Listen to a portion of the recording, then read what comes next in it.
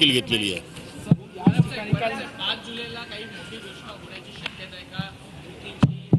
आम्ही या बाबतीत कुठलंही भाष्य आता करणार नाही।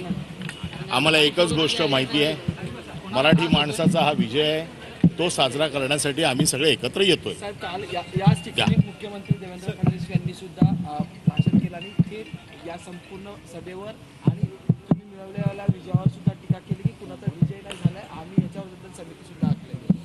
बघा, मी या बाबतीत आता कुठलेही राजकीय भाष्य करणार नाही। त्याचं कारण असं आहे की राजकीय भाष्य करण्याचं हे व्यासपीठ नाही। राजकीय उत्तरं त्यांना जी द्यायची आहे ती जिथे जिथे राजकीय व्यासपीठ आहे तिथे देऊ। हा विषय जो आहे हा मराठीच्या विजयाचा जल्लोष आहे आणि मराठीच्या विजयाच्या जल्लोषामध्ये आम्ही कुठलाही राजकीय विषय आणू इच्छित नाही। सत्ताधारी पक्ष नेहमी म्हणतंय की उद्धव ठाकरेंच्या संदर्भातली त्रिभाषा सूत्र लागू केलं होतं, त्यांचं जी याच्या बाबतीतला सविस्तर खुलासा मी केलेला आहे। सगळे GR मी दिलेले आहेत। सगळी वस्तुस्थिती मी आपल्यासमोर वारंवार मांडलेली आहे। आता वारंवार खोटं बोलवून एखादी गोष्ट नॅरेटिव्ह सेट करण्याचा त्यांचा प्रयत्न आहे।